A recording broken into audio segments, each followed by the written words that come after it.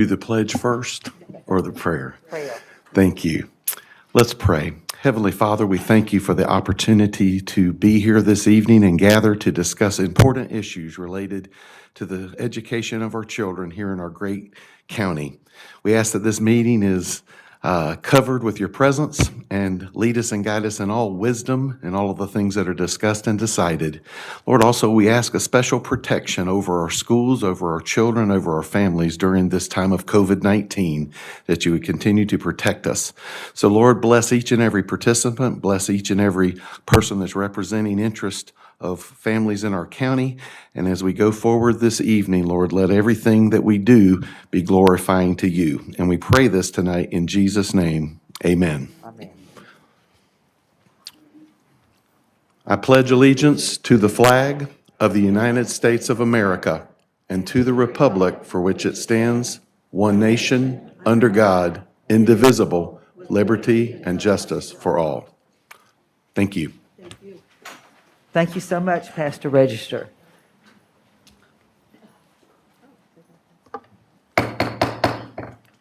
The Clay County School Board meeting, November 5th, 2020, will come to order. I'd like to welcome citizens of Clay County. I want to take this opportunity to thank you for taking the time out of your busy schedule to attend tonight's school board meeting. This meeting is our opportunity as your elected representatives to collaborate openly and make decisions that will decide the future direction of our public schools and the education of our children here in Clay County. If you wish to address the board on an agenda item, there will be an opportunity to speak for 3 minutes. Please fill out a card, which you will find located in the back of the room, indicating the specific item number or topic you wish to speak about, and turn it in promptly. And you may turn it in to the Lieutenant Miles in the back of the room. No additional cards will be accepted once the board moves to the public comment section under presentations from the audience. Your participation is welcomed and appreciated. The artwork tonight in our display cases was created by our K through 5 students who participated in the 2020 Founders Week Art Contest. So if you get a chance, be sure and look at the great artwork. Under recognitions and awards, first we will recognize the 2020 Founders Week Art Contest winners. Kelly Watt, Social Studies Specialist. Kelly.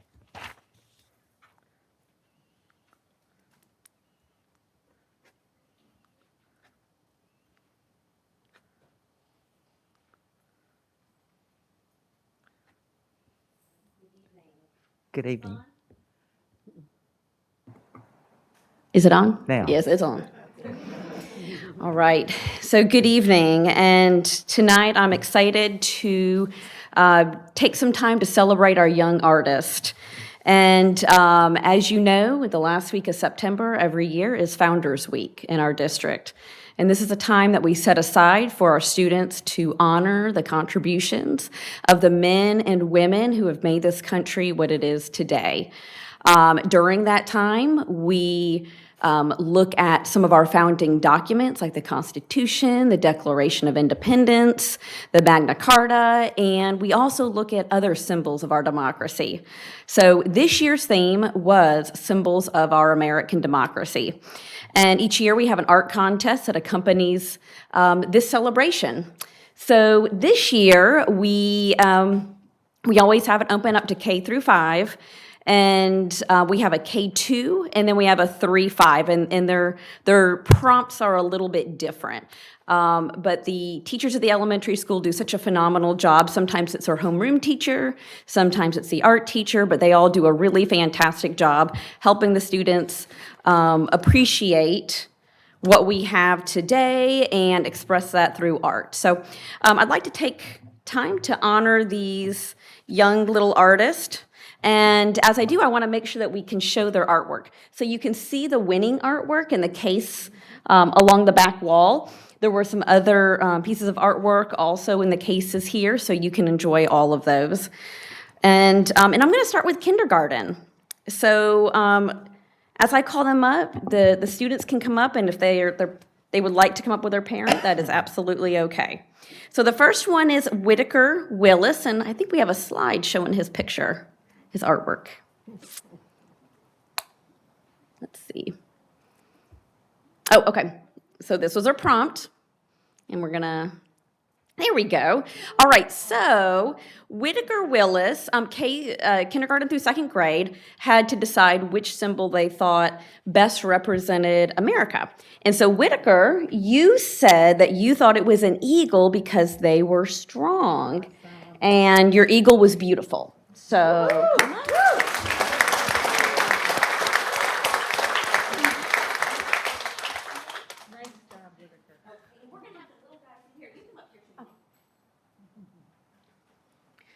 All right. And for first grade from Dr. Zinlet, Kiera Say, and she said the symbol that best represents America is the flag because it has 50 stars, like 50 states. And if someone put the flag outside, it means they love and care for America. Great detail in your artwork, Kiera.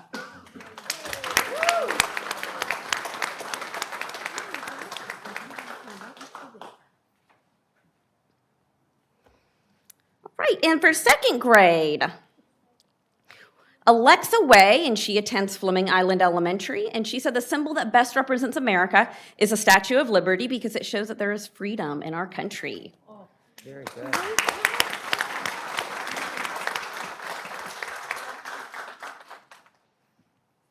All righty, so now we go to third grade. And for third grade, okay, so this is a new prompt, and this is asking what could symbolize.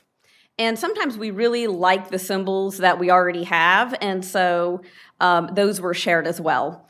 So Morgan Goolsby from Grove Park Elementary said a bald eagle could symbolize America because it's majestic, strong, and has a long life. Excellent points, Morgan.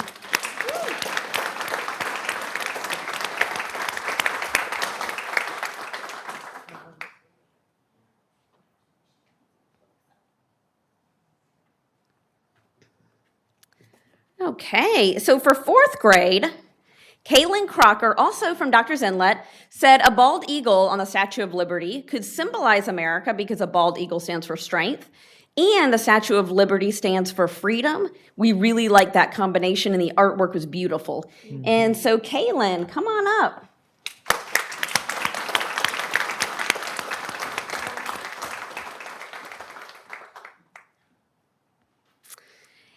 And for fifth grade has so many fantastic pieces of artwork.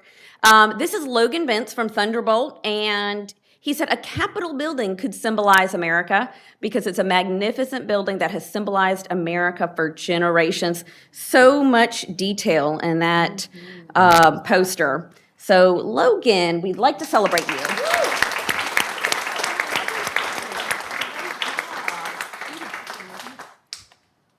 And so maybe we can give a round of applause to all these wonderful artists. All right. And we're going to get a picture. So picture of y'all.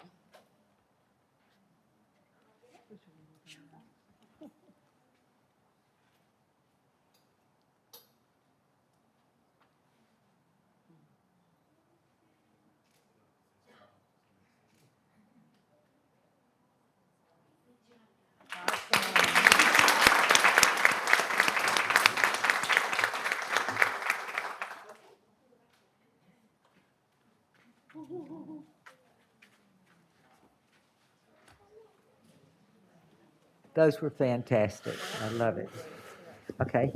Next, we recognize administrators earning Florida School Principal Certification. Superintendent Brodsky.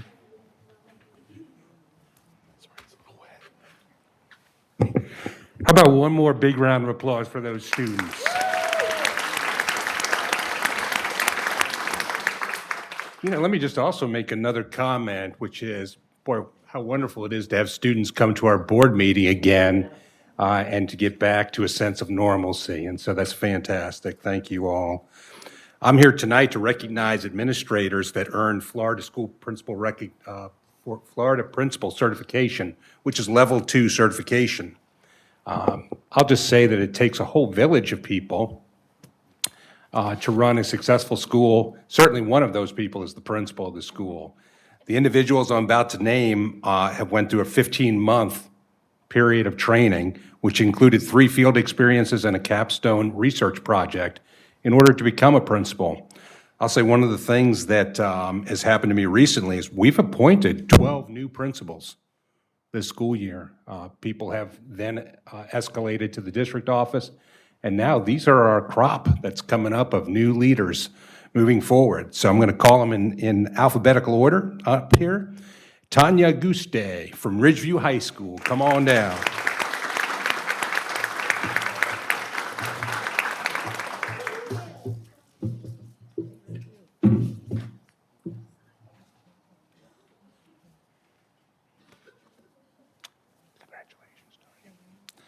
Stephen Bright from Tynes Elementary.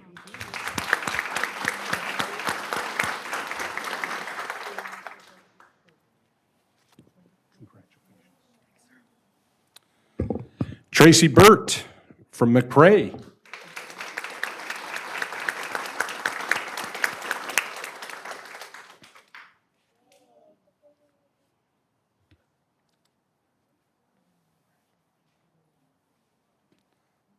Lydia Creel from Ridgeview High School.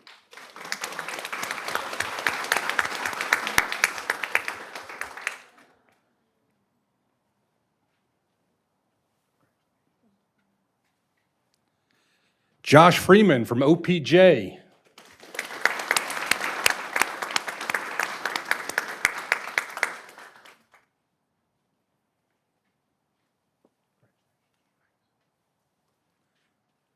Whitney Johnson from Shadowlawn.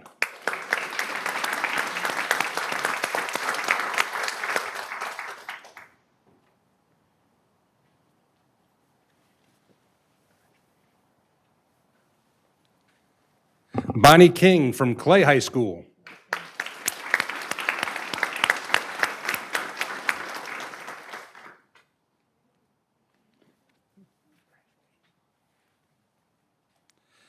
Melissa Kowiski from CVA.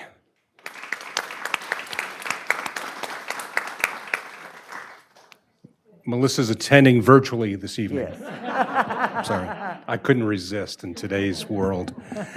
Jason Martin from Poe.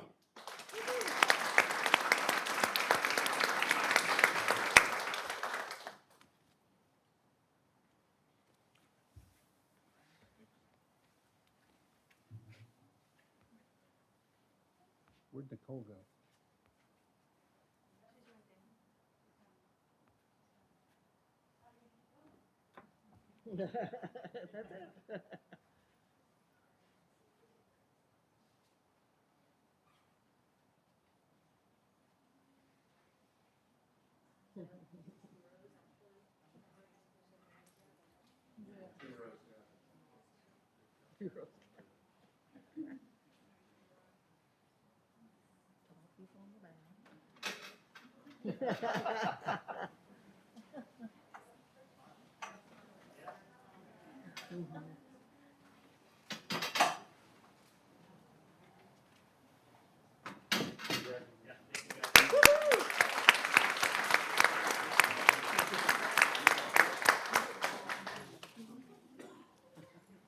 I'll just stay here. Okay. Schools recognized as model schools for positive behavior intervention supports. Superintendent Brodsky and Laura Fogarty, Director of Climate and Culture. It's my pleasure to announce our PBIS model schools in Clay County. How about we reward people for the right behaviors instead of only giving consequences for sometimes the wrong behaviors? And so PBIS, in partnership with Florida PBIS Project of South Florida, the University of South Florida, we've worked tirelessly on this, on treating students who behave properly and rewarding them rather than just negative consequences for negative behavior. 1819, Clay had 0 model schools. 1920, I'm proud to announce 9 schools have met the criteria of model schools. We want to recognize them here this evening. It's actually in 3 different categories: bronze, silver, and gold, right? So let's start with the bronze. Bronze model schools demonstrate a commitment to data collection to improve student outcomes, implementing PBIS Tier 1 interventions, reporting low rates of exclusionary discipline outcomes, which is fancy words for suspension. And 3 schools have achieved the Bronze Award. The very first one is Plantation Oaks Elementary. So if we can have them come up.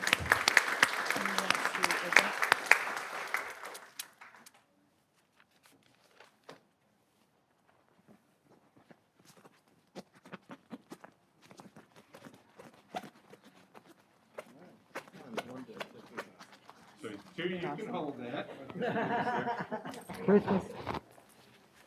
Where's Miss Snyder? And turn it around. Cool. Nice. So you guys, because you guys were first, we're going to unfoil yours like that. But we're not going to do that for every winner. So you guys are special coming up here first, okay? So if you could kind of scoot that way, and we'll invite the other schools up. Grove Park Elementary. Come on down.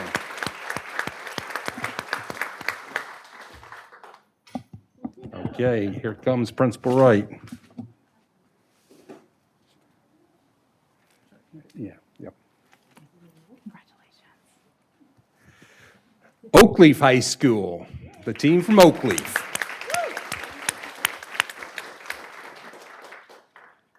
Congratulations. Next, we have our Silver Model School winners, which means that they met all the requirements of the Bronze Award. However, they also demonstrated a commitment to equitable student discipline practices.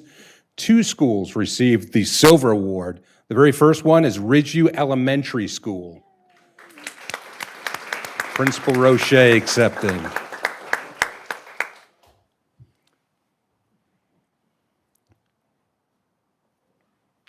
Congratulations. Another Silver Model School winner is McCray Elementary School.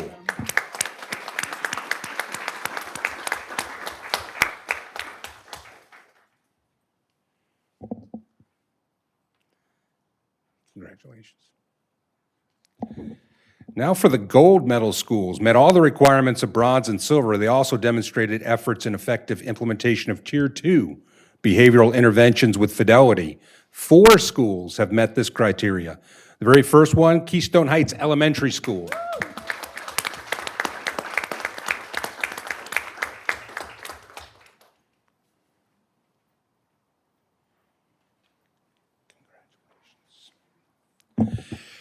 Next is Wilkinson Elementary School.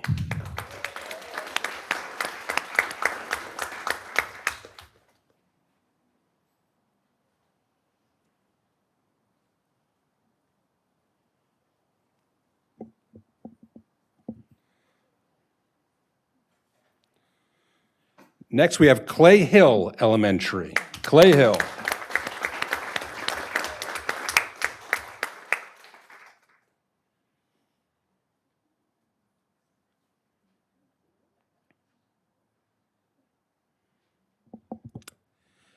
And our final gold model school, Green Cove Springs Junior High School.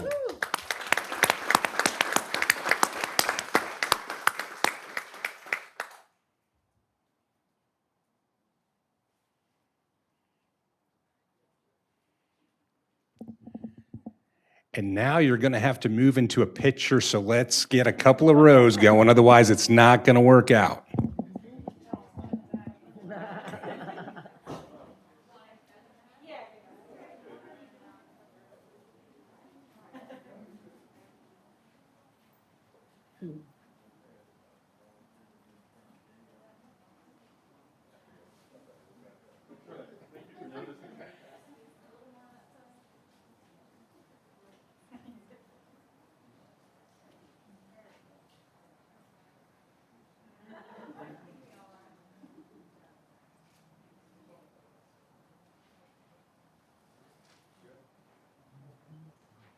All right, thank you for awarding.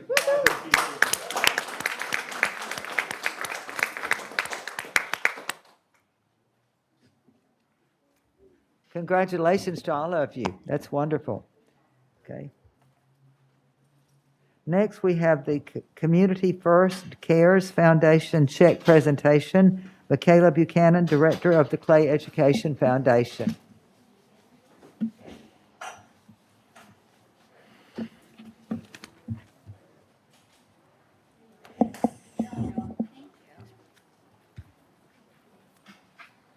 Good evening. Thank you for having us tonight. Let's see if I can. Doesn't.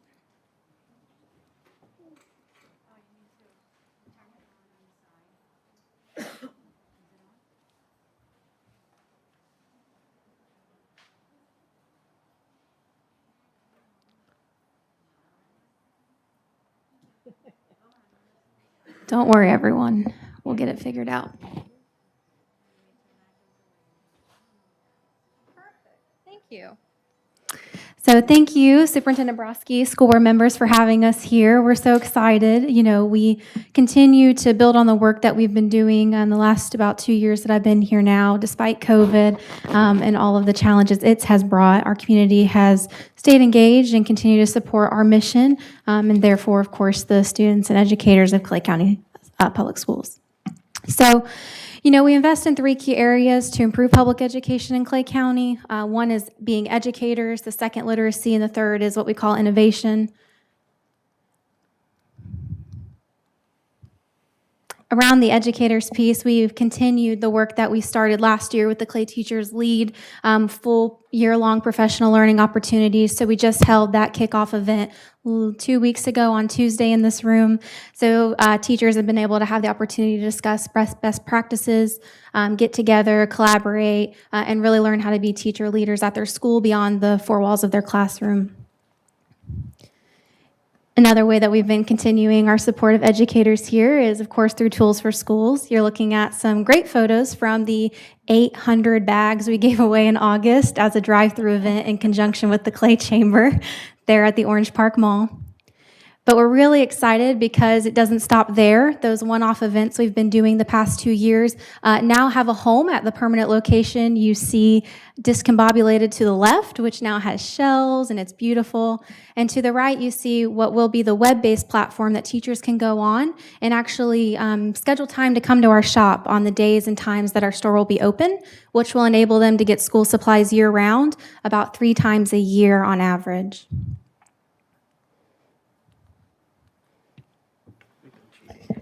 And Michaela, when you get a chance, tell us where that's located. Oh, yes, it's at Orange Park Junior High School. Thank you. You're the best. Thank you.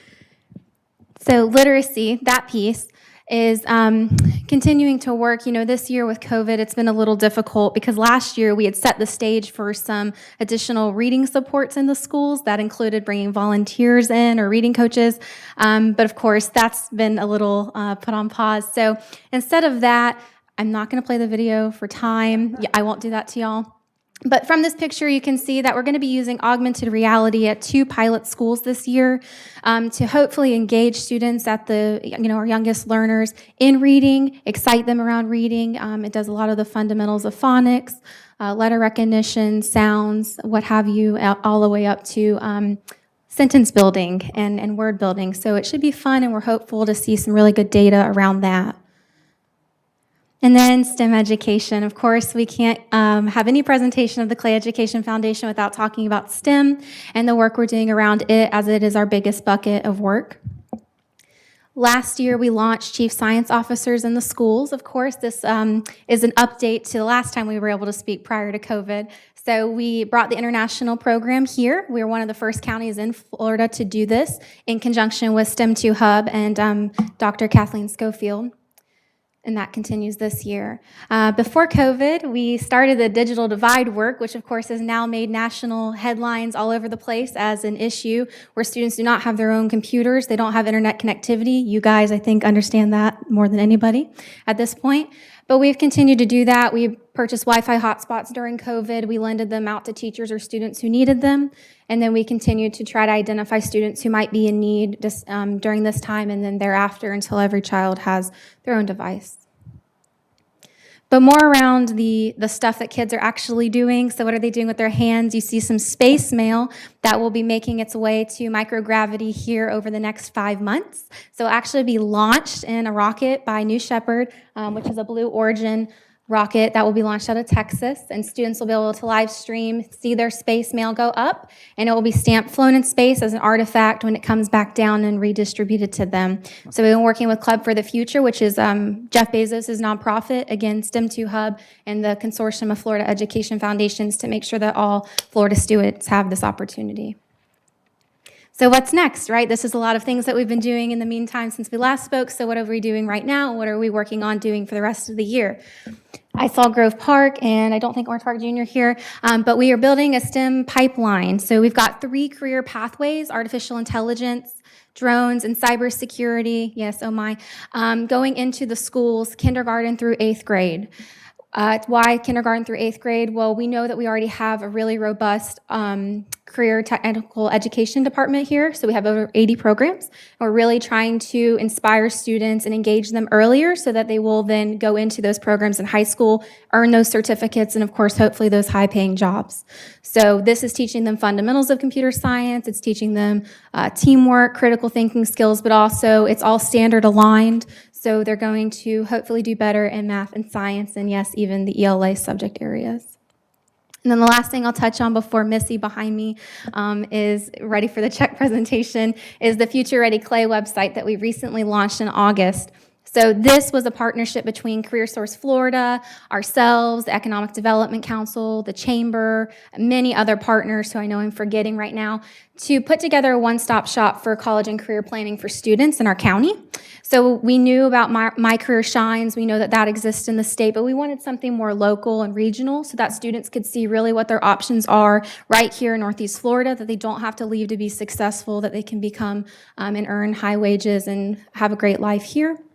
So within that, you see some tabs across the top. They have opportunities to look at the different types of colleges that they could go to, whether that's 2-4 technical college, FAFSA information. There's a scholarship database on there so they can see local scholarships for them, bright futures. And then my favorite part is the career pathways. So this is what you would see at the very top if you were on your computer screen. And we built out the 7 targeted industries that Jax USA partnership says are growing in Northeast Florida. We give students some fast facts about how many people are employed in that sector, what do wages look like, how many jobs and careers are open currently today. And they can go through, scroll down, and they can see what my first job might look like in that salary, what my second job would look like, what's the requirements of that. But then it goes back into our schools, tying it back in. So what can I do today to prepare me for my goals, my career, my future? Well, I could go to Oakleaf High School and I can join the Aerospace Academy and I could get X certification, or I could be in the robotics club and I can get this one. And it does that for advanced manufacturing, healthcare, IT, finance, a few others as well. So we're really excited about that. We have about 200 visitors a day on our website using it, so we think it's being put to good use at this time. So I appreciate you guys letting me share a little bit about what we're doing at a really high level pretty quickly for you. And now, if you wouldn't mind, I'd like to invite Missy up here to say a few words from the Community First Cares Foundation and the Grants for Great Ideas program. Thank you, Michaela. My name is Missy Peters. I am the Executive Director of the Community First Cares Foundation. And I think this year we've all heard about loneliness and isolation, and we know that that happens, but I don't think that we've celebrated partnerships enough. And we are in a multi-year agreement or multi-year commitment and partnership with Michaela and her team at the Clay County Education Foundation. And I just applaud all of the work that she's doing and being able to rally together and come together for the common good. Community First Cares Foundation was founded in 2012, and many of you know that Community First was founded in education. And that's a deeply rooted commitment that we have and that we'll never forget about. And so we know now more than ever, our teachers need critical supplies and resources to be able to carry out educational functions in their classroom. And so we were happy when Michaela said, hey, let's do the Grants for Great Ideas program again. And we said, yes, absolutely, without hesitation.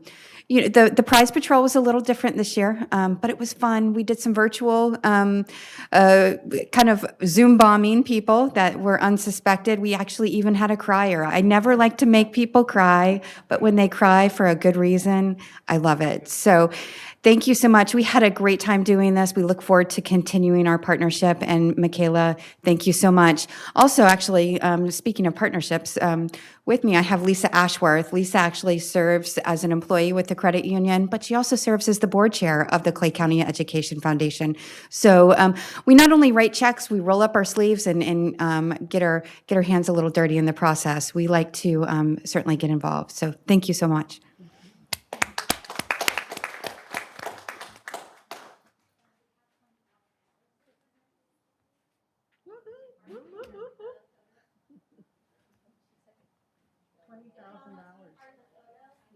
Yeah, let's go, girls. Come on, board members, come on.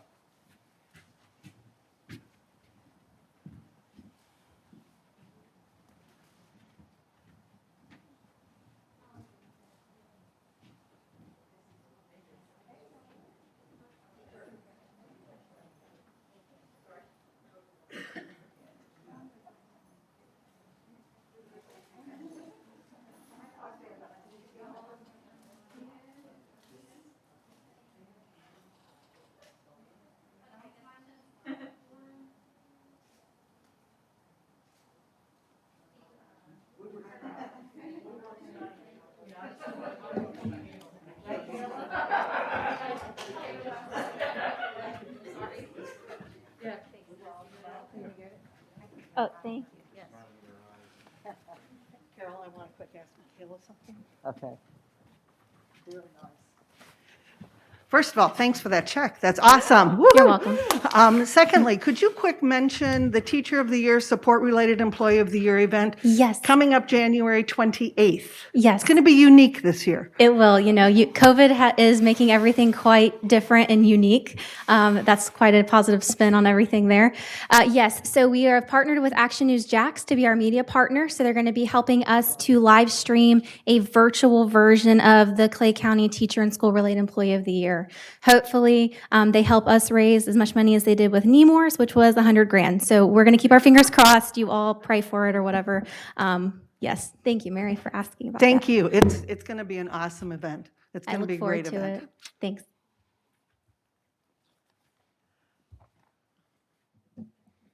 Okay, next is our cost savings report from Synergistic, Inc. Bill Hines, Director of Maintenance.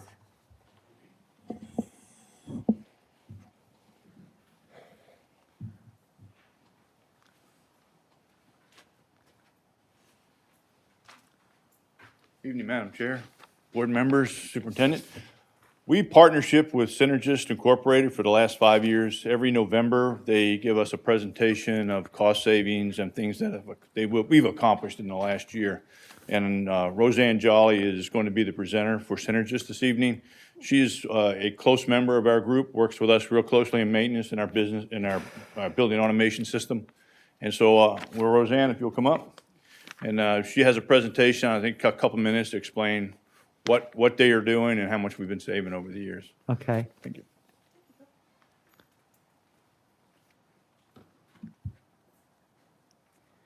Good evening, everybody. Thank you, Phil, for that introduction. Again, I am Roseanne, and Mark and I are your synergistic energy specialist for the Clay County District Schools. Let's see if I can make this thing work here. Now, I will tell you that this presentation was made for me with more slides than I have minutes, so I'm going to try to go fast. So back in January of 2016, Clay County District Schools partnered with Synergistic in order to implement a energy conservation program to reduce our expenditures on utilities. And the way that we do that is by optimizing the way that we operate our buildings so that energy is only used when needed and not being wasted. And we also do our best to implement a culture of energy conservation within the district. So let's get right to the celebration of success. Everybody is going to see that great big number there, $5,484,222. That is cumulative cost avoidance. And another way to look at that number is that is the amount of money that the school district would have spent on additional utilities had they not implemented an energy conservation program. That is a very impressive number. We could not do that by ourselves. It's obviously with the support of everybody within the school district. It takes every single person to achieve those type of savings. And so everybody should give themselves a pat on the back because it's really impressive. Another number on there I want to point out is that 25% reduction in EUI. So what that means is that we are using district-wide 25% less energy per square foot. And the reason why that's important is because it's not just about the money that you're keeping in your pocket that you would have spent on utilities, but it also shows that the school district is practicing good stewardship of natural resources.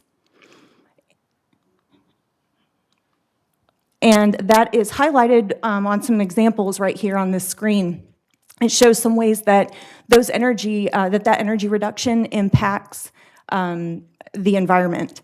And up in that top corner, some of you may remember if you were here in our update last year, we had the opportunity to celebrate 28 schools that were Energy Star certified. And that's a big deal because that means that the work that you're doing is not going unnoticed. So sometimes we get the question, how do we know that this is real, right? Like do we really know that we're saving this kind of money? Take dollars out of it and just look at the raw energy reduction. We do track water as well, but in order to keep the slide clean and not make it so messy and hard to read, we're just gonna look at just electricity usage. So in 2015, the school district used over 71 million kilowatts in electricity. You implemented an energy program in 2016, and that number significantly dropped. And then it continued to drop in 17, 18, and 19. And although it looks like it's only dropped a little each year and that number has plateaued, something that you have to keep in mind is that during that time frame, we built Discovery Oaks. And so even with the addition of Discovery Oaks, we are still using less energy than we were using in 2015. So that shows you right there that the work you're doing is real, and it makes a big impact. And then, of course, there's that big anomaly right there, 2020, right? I wish that we could say that that was entirely due to the energy program, but obviously we all know that schools were shut down due to COVID. Call COVID. But what you should know is that that was time that was well spent while the schools were unoccupied. We made lemons out of lemonade, so we worked with Phil and his team to take that opportunity to get into those unoccupied buildings, identify opportunities, and address some, some big energy reduction goals that we had. So thank you, Phil, for your help during that time. So besides our routine day-to-day energy reduction goals that we have in our ordinary routines, one thing we wanted to tell you about is something that we synergistic partnered with our maintenance director, Phil Hands, and our building automations coordinator, Buck Bell. And so we partnered to do this wireless thermostat project. And so back in July of 2019, we implemented these thermostats in 4 schools, and then 2 more in September of 2020. And there's 2 huge benefits to this project. 1, it increases comfort in the portables in those schools, and 2, it increases energy savings. And so the way that we do that is in 2 ways. 1, the energy savings is pretty simple. Thermostats at the end of the day are automatically sent back to unoccupied set points at the end of the day, weekends, school holidays. And then it increases comfort because since they are wireless programmable and we can control the schedules in there, that means that teachers don't come into uncomfortable rooms the following morning. So they are at occupied temperatures by the time that the teachers arrive. And the other good part about it is that the teachers still have control of the comfort in those rooms. They can freely adjust the thermostat as needed so that they can make it comfortable, for their preference. And even though we know, and I know in Clay County this never happens, we don't have teachers who come in and work nights and weekends. They just don't do that here, right? But if they did, and they walked into one of these portables and it was set to unoccupied temperatures, they can make it comfortable for themselves. They can go over and push the button, do a little override, and it'll override that temperature for a couple hours so they can work comfortably. And we also just wanted to let you know that Synergistic, while the school district is growing their energy program, we are growing as a company. So one of the things that Synergistic has recently done is we have released a software that Mark and I use, and we use this every single time that we are out auditing. We even use it when we're just auditing our building automation controls. And so what this technology allows us to do is document our audit observations, the energy program compliance scores, any issues that we find, and any action that we took to resolve them. Sometimes we can't resolve those type of issues when we're on site. We might need Phil's team to jump in and fix something. And so when that happens, we create alerts. We follow them through to resolution. And it really ensures that the work that we've done and the issues that we've identified, they don't ever fall through the cracks. This slide gives you an overview. We've done over 2,000 audits since March of 2020. And this just gives you an idea of the type of audits that we do and the categories of the faults that we find. So what do we do now? We continue building on our success. We're going to support you in your efforts to operate safe and healthy buildings during COVID. We're going to continue to investigate comfort concerns, use our loggers that we have to identify the root cause of problems and pass that information along to Phil's team. We're going to continue to develop a culture of energy conservation. We're going to plan for extended breaks. We're going to figure out what worked in the past and what we can do to make energy savings even better during breaks in the future. We want to communicate the energy program, not just through board meetings once a year, but we want to keep sending emails. We want to keep putting out flyers. We are happy to come and speak at principals meetings or speak, when principals have staff meetings at schools, because we don't want to be out of sight and out of mind. And then ultimately, all of this leads to us helping you save so that you can reinvest those dollars that you would have spent on utilities into things that matter most to the school district. And so with that, I spoke really fast. So thank you, everybody. Are there any questions or anything? No, but thank you so much. Thank you.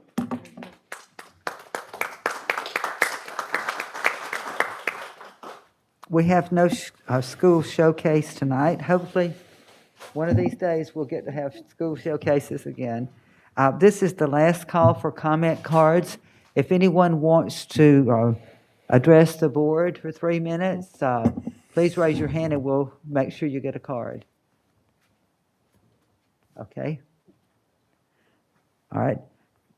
We have no cards, no public comments. Adoption of consent agenda. There were no items pulled. I'll entertain a motion. I'll move approval. I'll second it. Have a motion by Ms. Kirikas, a second by Ms. Bola. All those in favor indicate by saying aye. Aye. All opposed, say no. Motion carries 5-0.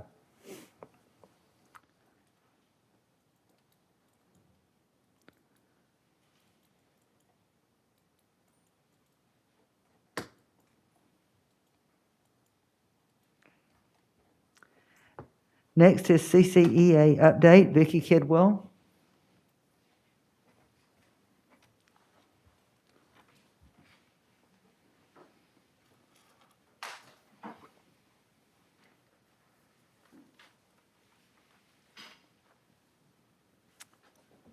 I don't have my jacket on. It's crazy. Is it cold in here? Well, it usually is, but I went up north and it was 19. Oh, dear. So this feels really lovely, actually. I can imagine. It was a good getaway, long weekend. I'm Vicki Kidwell, President CCA. I got to start this evening with half a penny, although I don't know how to break this penny in half. And if I see a penny, I don't even pick it up anymore. I don't know about you guys, but it's not like it's that hard to bend over, but I just don't pick it up. I save it for children. I think, well, a child's going to find that penny and be happy. But I'm grateful for half a penny, really grateful for half a penny, because our voters are a diverse group here in Clay County. 90,000 Republicans, 98,000 Democrats and other party-affiliated voters. And they all came together on Tuesday, and most of those voters decided to approve the half-penny sales tax for our kids. And that's big. We really needed that. And I'm very grateful for that. A lot of other counties are doing it in Florida, but I wasn't sure we were going to get it in Clay, but I'm grateful. When we accomplish great things, when we look at the big picture, when we think about what the community needs and the needs of the community, and we do something outside of ourselves for the good of the community, and we put that on our priority list, everybody benefits. So I'm grateful for that. But tonight I want to honor Carol also, because our schools have benefited from the hard work of a lot of individuals, and Carol's one of them. She's been a friend to teachers for 28 years. Carol's retirement from the school board will leave big shoes to fill. I feel like being in public service, something I'm experiencing now, can be a bruising experience. You don't often hear when people are happy, but negative voices are very amplified. Carol, I'm thankful for you, and I want to amplify that right now. Thank you. Your compassion for instructional and support staff is steadfast and unwavering. You often have said to me, you know I'm going to do the right things, and you know it's not just words, you do the right thing, and we appreciate that. Your generous heart has guided you to make decisions that see the humanity of all your constituents. You always put the needs of our students first, and for teachers, you've always been accessible and open to our concerns. Your support and service will be missed by many, and CCA wishes you a peaceful, joyful, and well-earned retirement. Thank you. Thank you. Thank you. I appreciate it. We have something for you. I think you need to go down there. Oh, my goodness. Pretty. Take this step, Mrs.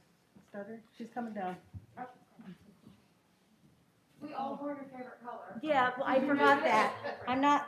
Roll Tide, whatever that is. Not the football fan. They said, wear the right colors, Vicki. I was like, okay. Thank you. I told him put crimson in there. Yes. Thank you. Wait a second. Oh, Chris, go up there. come on, James. Jamie's like, no. Jamie's hiding. Why? I don't know, she's staying home, staying safe. Yep. Hey, you're close. Thank y'all so much. You're the official, like, didn't realize, you have the big camera, yeah.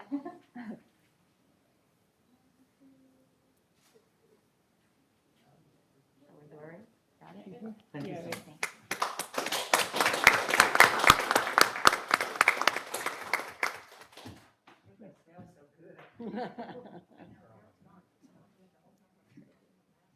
You're pretty.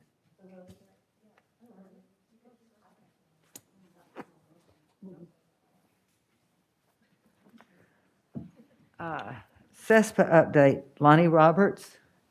Lonnie's not here. Is anyone? He is. Oh, there you are. I couldn't see you, Ronnie. He's hiding behind that Steelers cap. Yeah, I was just going to say, you see the Steelers mask before you see, yeah. Now I can see you.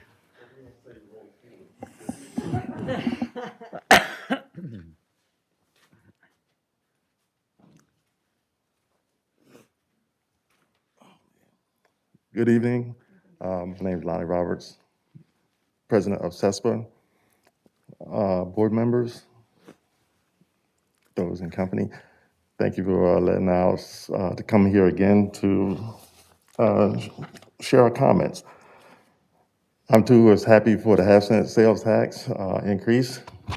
Being in maintenance, I tell you, I'm tired of putting Band-Aids on gear. I really am. We got fire alarm systems that need to be retrofitted, intercom systems. At this time, I'm at Green Cove Junior. I did not know, or most people didn't know, that there was no speakers in the hallways at that school, in all the hard buildings. So it's been a task to let us know that they couldn't hear. And when I went out there to investigate, me and my team, now they have something out there, but most importantly, now we got to install horns on the outside of the building so it can reach out there to the football field. Because when the students go out for recess or playtime, whatever you want to call it, if there was a lockdown, there's no way in the world they wouldn't hear it. Not one single one. They had to use a radio.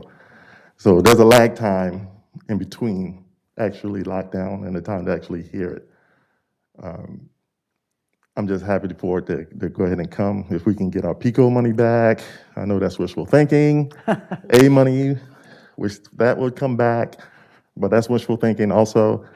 So we got to start thinking outside the box like you have and trying to generate some money. I came up with an idea the other day.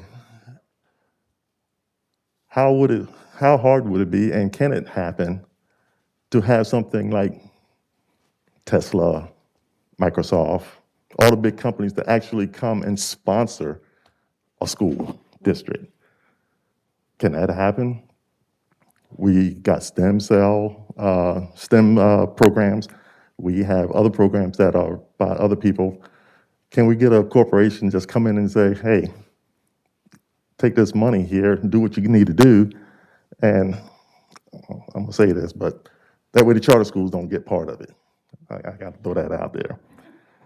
So I think that'd be one way for us to go ahead and generate some money. That's thinking outside the box for me. Carol, you will be missed. I tell my people all the time that you are support personnel favorite. I've known you since I've been here, at least 15 years. And you will be missed, roll tide at the end of every meeting. And I'm gonna miss you as well as everybody else. And they will have big shoes to fill when you leave. Thank you, Lonnie. You're welcome. That's all I was gonna say, but I was handed this letter for me to read. I really thought it should have been just for me, but I was asked to go ahead and read this letter, and it was dated October 5th, which was after the last school board meeting. It was from the custodians, and it reads, "Today we decided to share our thoughts of many district custodians who have echoed throughout the county for the last 10 or more years.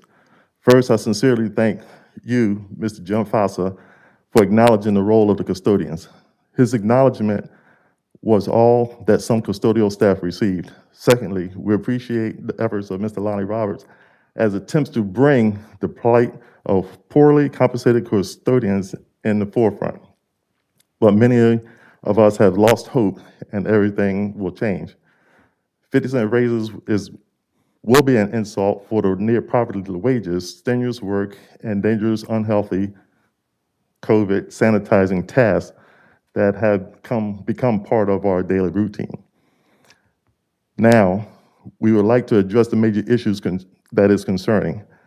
There have been outbreaks of COVID-19 at 2 district high schools, athletic programs, and many schools are preparing for fall concerts, homecomings, and other events.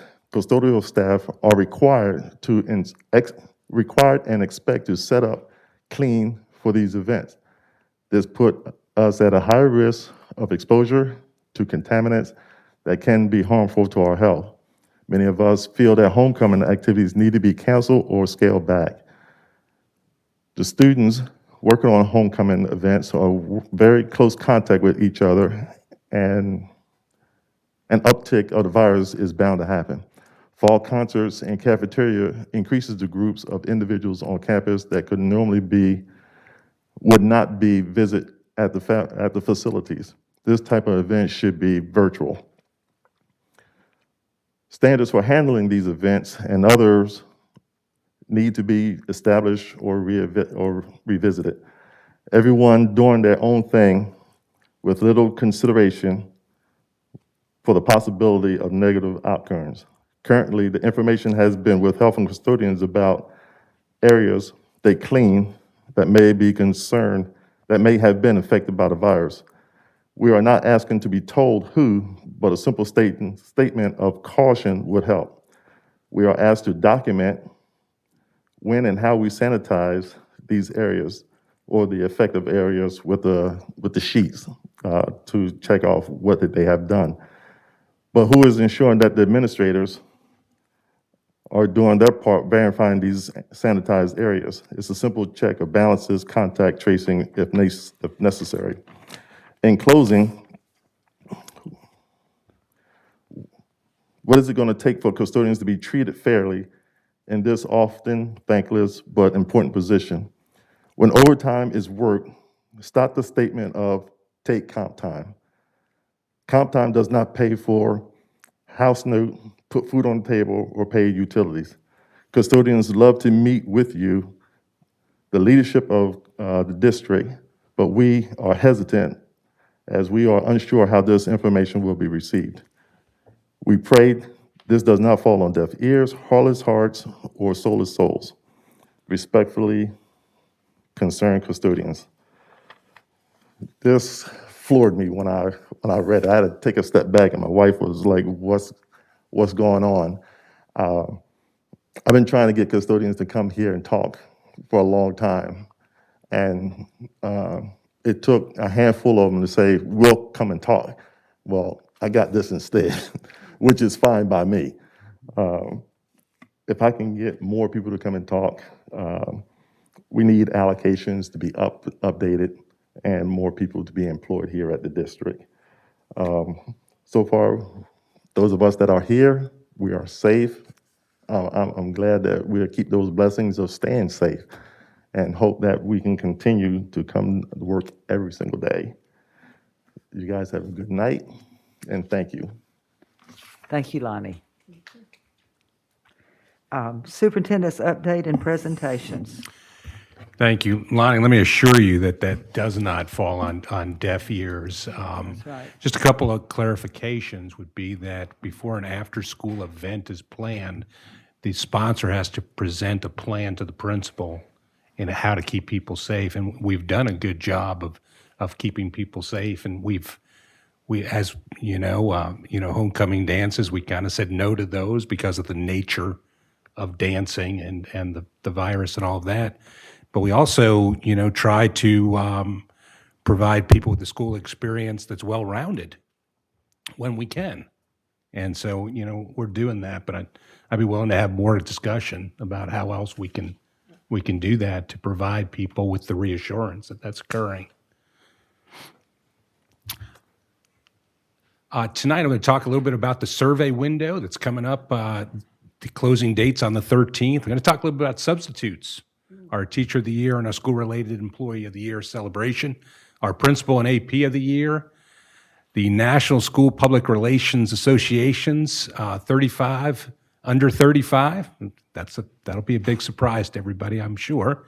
And then Ed First, okay? So first, let's just start with the second semester survey. One of the things that when the virus first happened that I thought was pretty good across the state of Florida was giving people a choice. Let people and their families decide whether they're comfortable to come back to school physically, brick and mortar. Let them decide whether they want to take things virtually, either through the school or through CVA. And we did that. And one of the things that happened was that people were in one particular platform or another, and then they decide that that platform's not for them anymore. So now your opportunity is right here, right now. Everybody has the opportunity to pick a new platform, okay? We're asking parents to go to the survey window here before the 13th, which is next Friday. Every single family, we want you to go in there, whether you're going to keep it the same, whether you want to change to something different, whatever your preference is as a family, okay? Let me just say this, that I think some folks had signed up for something and then found out that maybe it wasn't the best for their child. And we did our best to accommodate each and every person. You hear me talk about customer service all the time. It's very important that we do the very best we can for all 40,000 individuals in our district. We moved over 1,000 people back to a different platform after the deadline in an effort to try to accommodate and try to do that for folks. There were some times where we just had to say no. If you don't have the teaching staff to support what whatever move you want to make. Then, of course, we had to say no. But it always with a future option. And now is the time for that future option to occur. Please, every family out there, go onto the website and pick your option for next year. It'll take you less than 5 minutes to do so. We're asking for you to do that by the 13th because then we have to re-examine where everybody is. We have to reallocate teachers. We might have to move people again. So I was joking with principals the other day. I said, this will be the third opening of school. There was the opening you thought was going to happen. Then there was the opening that I forced upon you the week before school started. And now this will be your third opening of school coming back in January, right? I cannot say enough about the flexibility of everyone involved, both the support of the school board, the teachers, the support personnel, the administrators that we challenge with this task. And yes, our parents have been amazingly patient, and I'm so thankful for that. So I'm just going to kind of challenge everybody to go out there and fill out your survey here before the 13th. This is what's happened so far. I actually got like a live ticker where I'm keeping track of what's happening. So from Monday through Thursday, so this morning, we had about 6,000 folks respond to the survey. You can see that, almost 5,000 want to stay in their current setting, which could be brick and mortar, could be whatever setting they're in, CVA, OCO. So if you want to stay put, there's a button for you, okay? If you want to go to brick and mortar from One Clay Online, there's a button for you. So far out of that 6,828 that were in that option have chosen to move over to a different option.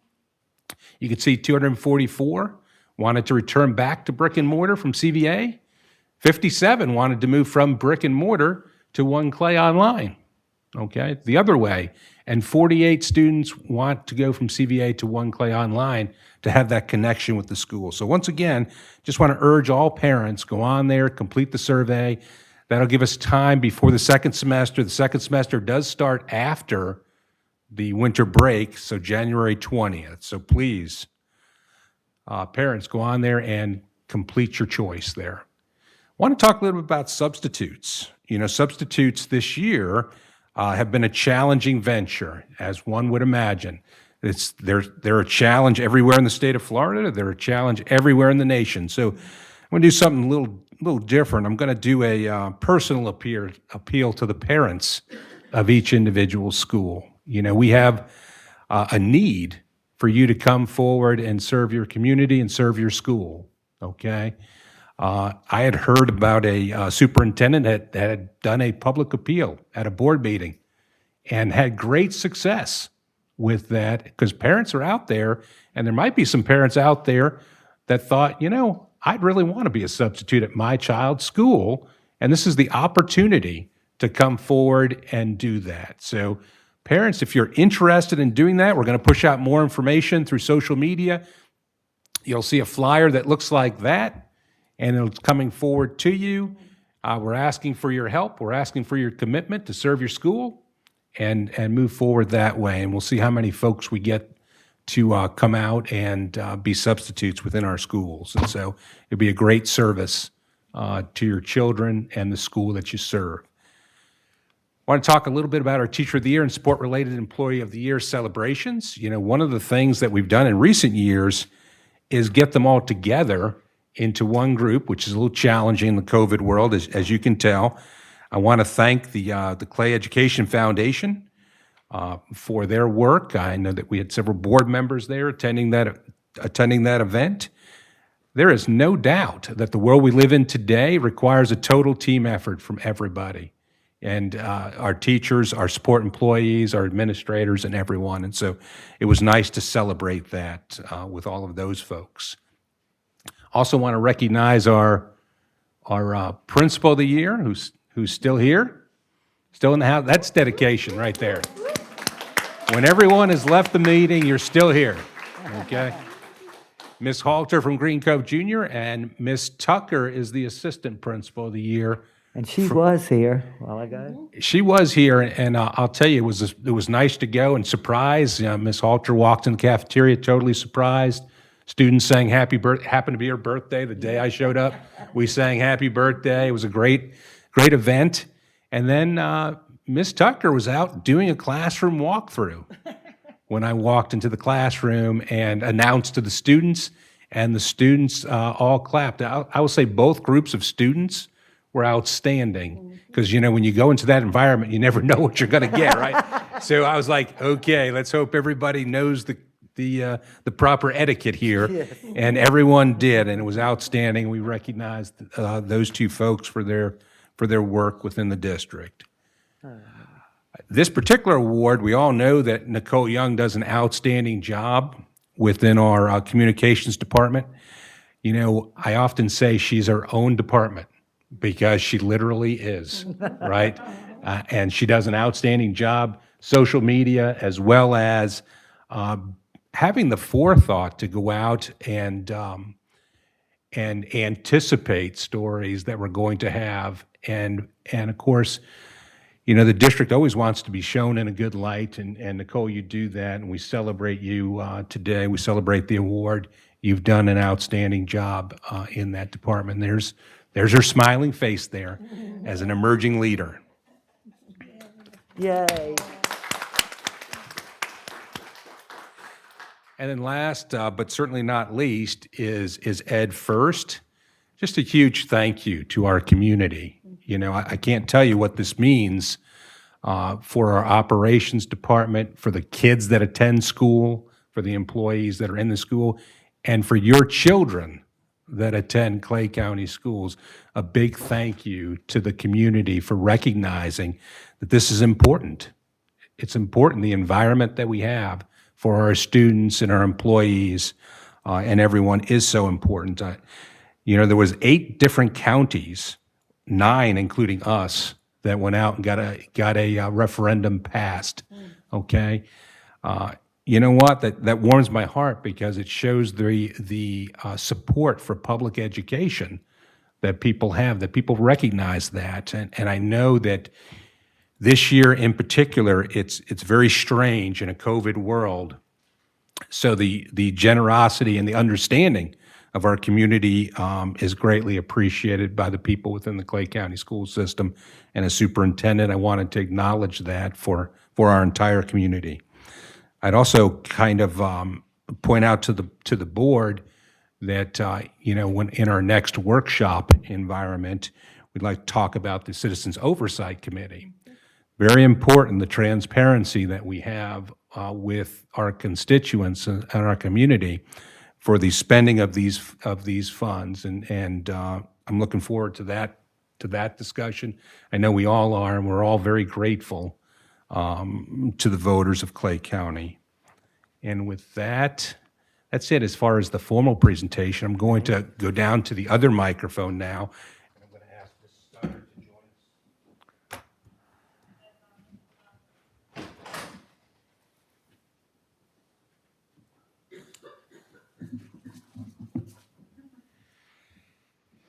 us. It's always been tradition that whoever the chair was from the previous, for the school year, we've always issued a plaque, but this plaque is much more than that this year. This is for 28 years of service to the students of Clay County. I know that you're going to say, what is there to do, after all this, because this has been part of your life for so many years, and I'm so grateful, I'm so thankful for all your service to our students.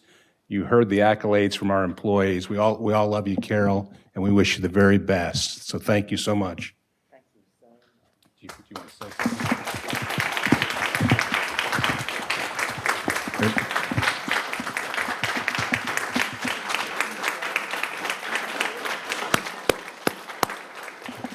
And if you've ever seen an infomercial, wait, there's more. There's more. Carol, on behalf of the board, we cannot say thank you enough. You'll notice that there are 28 roses in this bouquet, a few Alabama colors. However, the purpose of the multicolors was because you represented all of the children. of this county. I wasn't going to cry. You have been a mentor to each and every one of us. You have been a friend. You have been a friend to the teachers, the staff, the administration, all of us. We can't thank you enough. It has been a joy, a pleasure, and a true honor to work with you. Thank you.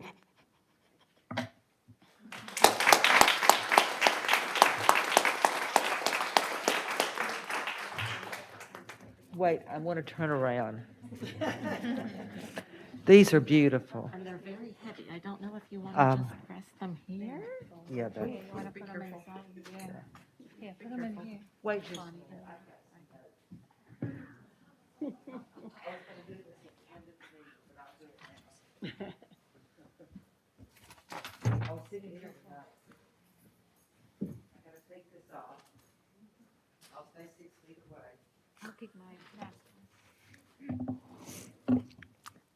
I was going to say a few words at the end of the meeting, but I'll do it now. It seems the appropriate time.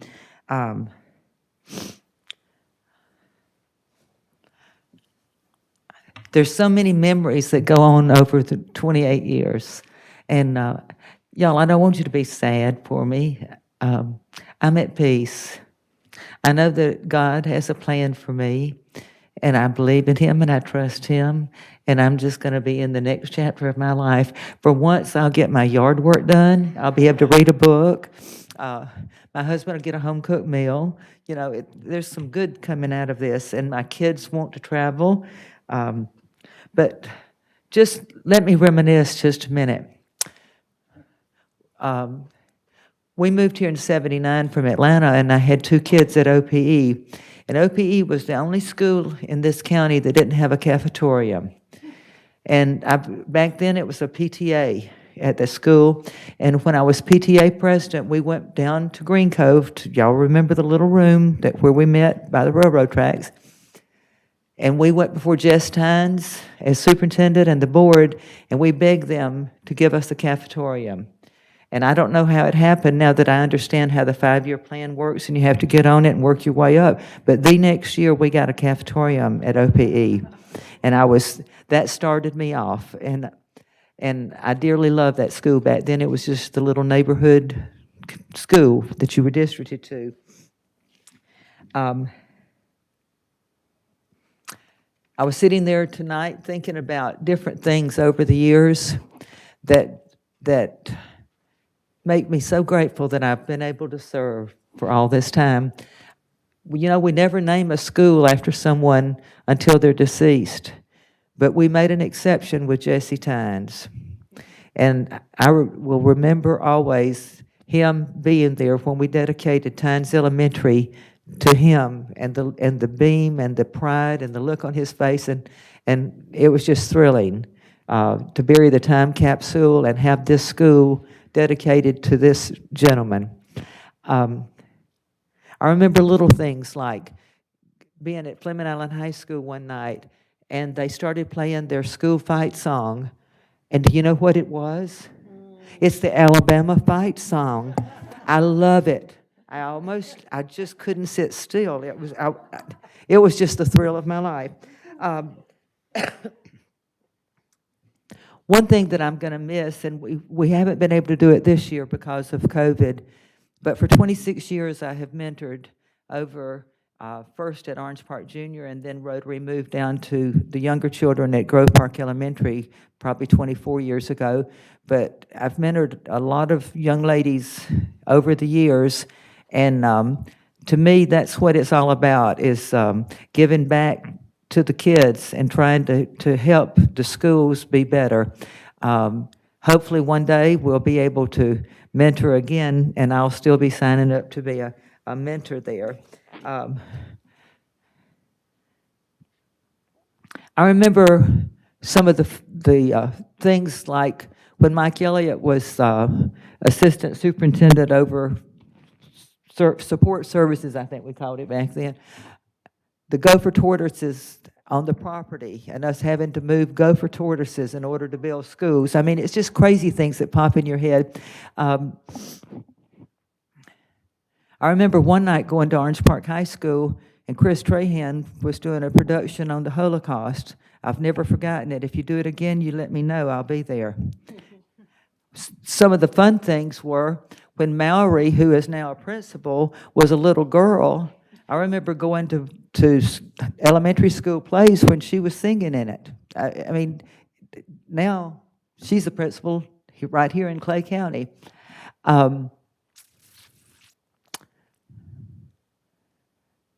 The plays, the musicals, the sun will come out tomorrow.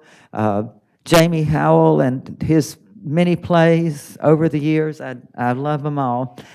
It was always fun to go to different events at the schools.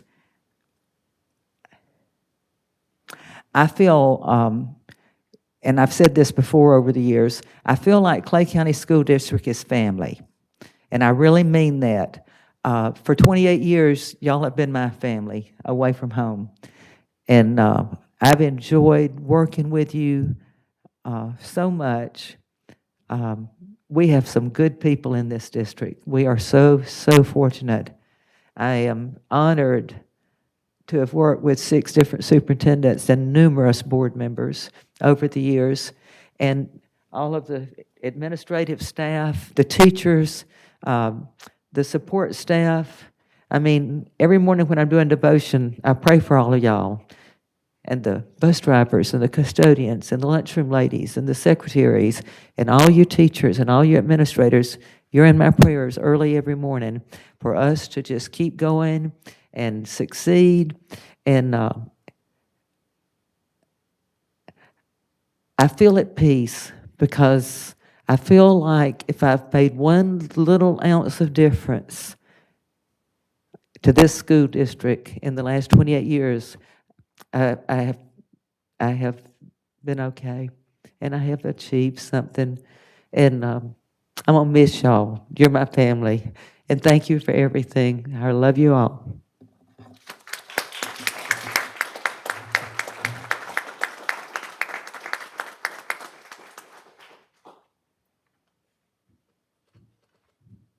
You can always come and be a presenter at a meeting later.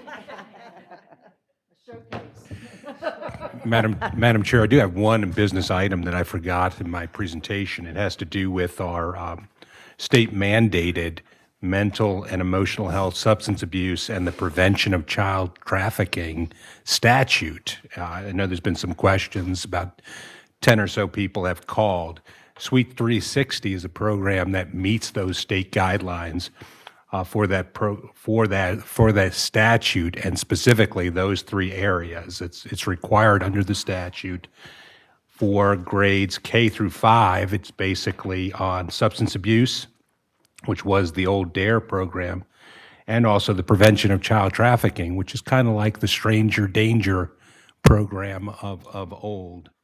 The 2020 version of that. For grades 6 through 12, the statute is 5 hours for that topic. And so the program itself is being used by 8 other districts in the state of Florida. And if parents have questions or want to review that, they're more than welcome to do so. Laura Fogarty is the contact person.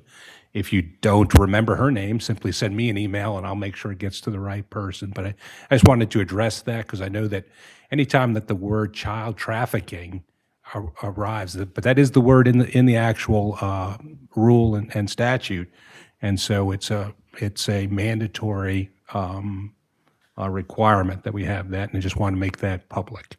Okay, thank you. And we do have a couple other items on the agenda. Human Resources Special Action. I'll entertain a motion. Move approval. I'll second. I have a motion by Ms. Bola, a second by Ms. Karikas. All those in favor indicate by saying aye. Aye. Aye. All opposed say no. Motion carries 5-0.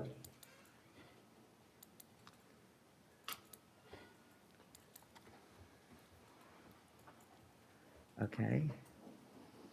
Next is the public hearing to approve as advertised the 2020-2021 through 2022-2023 Special Policies and Procedures SP&P Manual.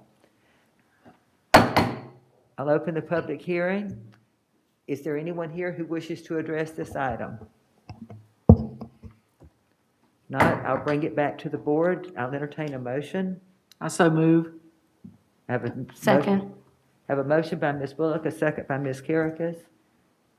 All those in favor indicate by saying aye. Aye. All opposed say no. Motion carries 5-0.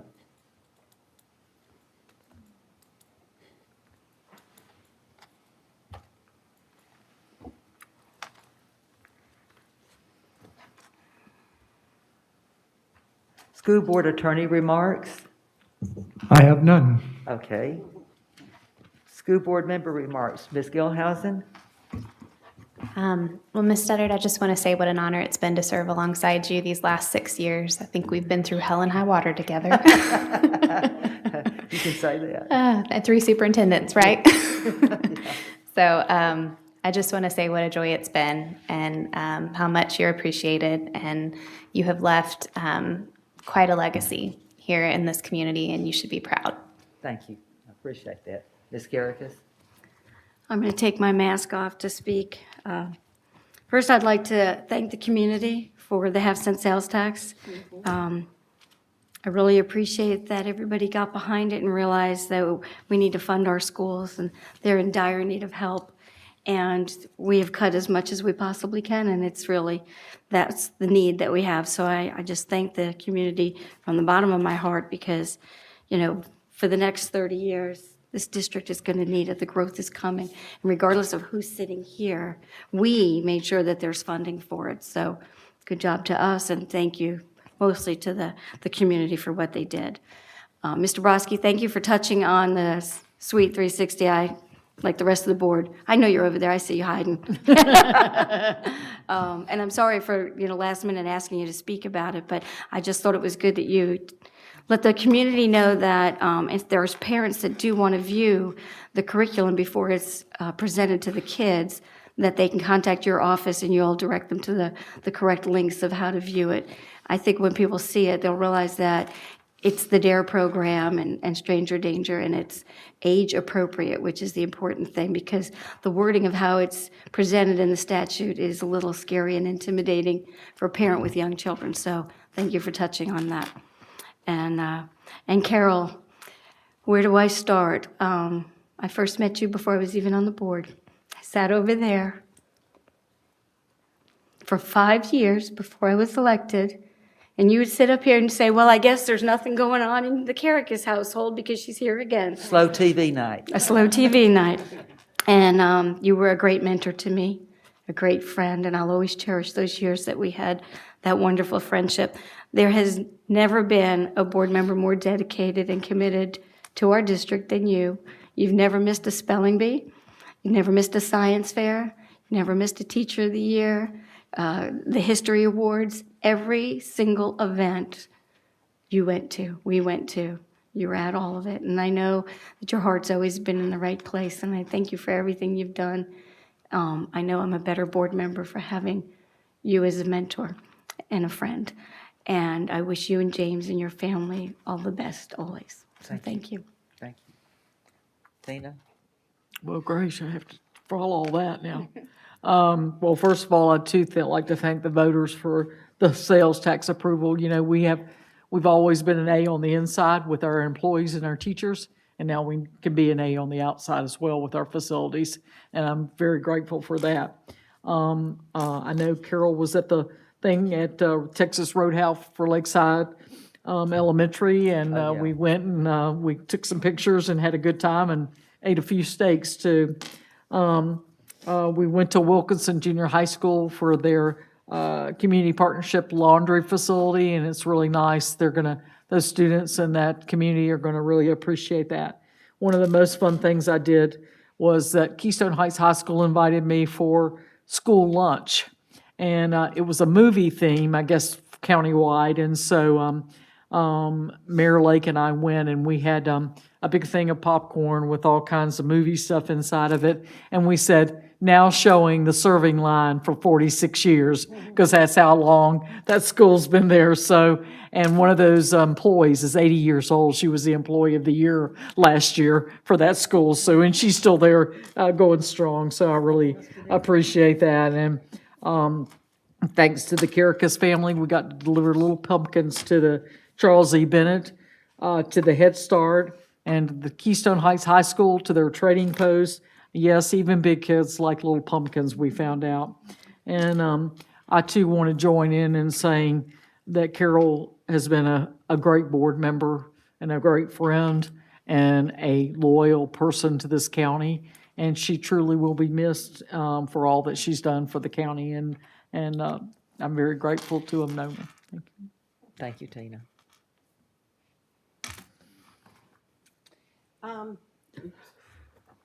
I too would like to add my thanks for the Ed First. I think it came home tonight when Lonnie stood at the podium and said the custodians were so thrilled that we know we're not going to have to put Band-Aids on things. Yeah. And that brought it home. That was why we had gone for that half-cent sales tax. And Bryce, thank you for all of the work that you did on that. That was awesome. Thank you so much to everyone for supporting that tax. Number two, very important, this coming week is Veterans Day. And a personal thank you, personal best wishes to every vet out there. Thank you to the families of veterans and to all of the children whose parents are deployed, whose parents are at home, but obviously quite busy during this time. Thank you to all veterans, and we hope that if you have the opportunity for that day off, you enjoy it with your families. I got a note from James and Lee and Laura and Amy, and they already have a list of things that they want you to do at home. So, this is definitely not a goodbye, because we'll be sitting with Glee probably at Sweet Sensations having, well, you'll have the outlaw chicken salad, I'll have the regular chicken salad, and Glee just greets everybody that comes through the door, so that'll be an easy one, But thank you. It's been a hoot working with you. I mean, these guys were all about, the spelling bees and everything. I'm thinking about FSBA conferences and a few other things that we did together. Yeah. Truly, it's been a very, very, it's been an honor working with you. Thank you. I'm going to miss you guys. I really am. We're a diverse group, but we always have been able to talk things out, and I appreciate that. One thing I am thrilled about is that the half-cent sales tax passed. It's going to make life so much easier for all of you. I am absolutely overwhelmed that the citizens did it. We were all scared with COVID and the economy the way it is, but my hat's off to the voters in this county for putting our kids first. That's heartwarming. And just to think that we can repair the horrors that we have seen in the county and be able to build new schools for the growth coming in gives me such a sense of satisfaction.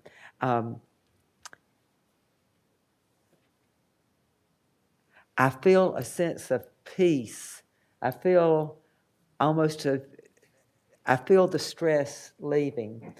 I don't know how to deal with no stress from the school district in 28 years. This is a mode of operation for me, but I'm going to be out pulling weeds and trying to get things straightened up before Thanksgiving comes. But you four teachers sitting out there, thank you for everything you've done.